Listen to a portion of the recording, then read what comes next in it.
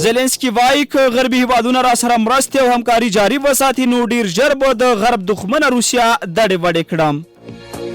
چین وایي د واخان له لارې د افغان حکومت سره همکارۍ ته دوام ورکوو.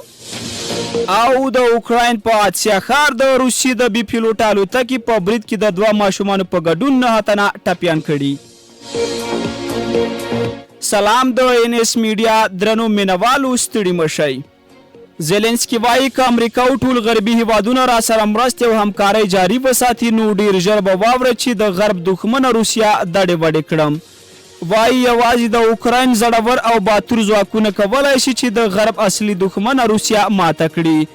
زيلنسکي داسې مهال د روسیې د ماتولو ژمنه کوي چې تازه له اوکراین سره د امریکا په ګډون یو شمېر غربي هیوادونو د میلیارډونو ډالرو مرستې او همکارۍ ژمنه کړې.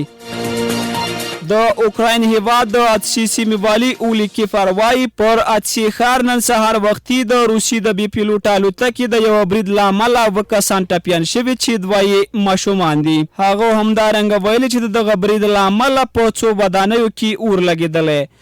د اوکراین هوایي ځواکونو نن پر ټلګرام چینل یو بیان کې ویلي چې د هوایي مدافع ځواکونو چې د روسیې هغه 14 بي پیلوټ الوتکو له ډلې چې پر آتسیا، کیف، میکولایف او چیکرکاسي د بریدونو لپاره کارول شوې وي 15 راغورځولې دي. د کیف ادارې مشر سیراهي فوبکو ویلي چې ټول ډرونونه چې کیف په نښه کړی وو له منځه وړل شوي او په ښار کې هیڅ ځاني او مالي زیان نه دی پېښ کړی. او چین وایي هڅه کوي چې د واخان له لارې افغان حکومت سره نږدې همکارۍ ته دوام ورکړي. کابل کې د چین سفیر ژاون شینګ د بهرنیو چارو له سرپرست وزیر امین خان متقي سره په کتنه کې ویلي چې هیواد د واخان په اړه د دوه اړخیزو همکاریو پر څرنګوالي او امکاناتو غور کوي. د شینګ په خبره هڅه کوي چې نور چینایي پانګوال هم په افغانستان کې پانګولې ته وهڅوي.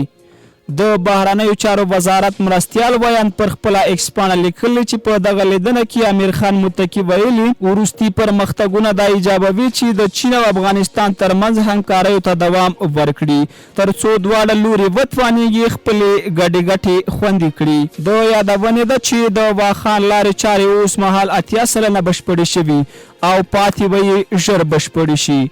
دغه لار افغانستان او چین د ځمکې له لارې له یو بل سره نښلوي. له ملتیا مو نړۍ مننه که چیرې زموږ چینل ته نه وي راغلي زموږ چینل در سره سبسکرایب کړئ.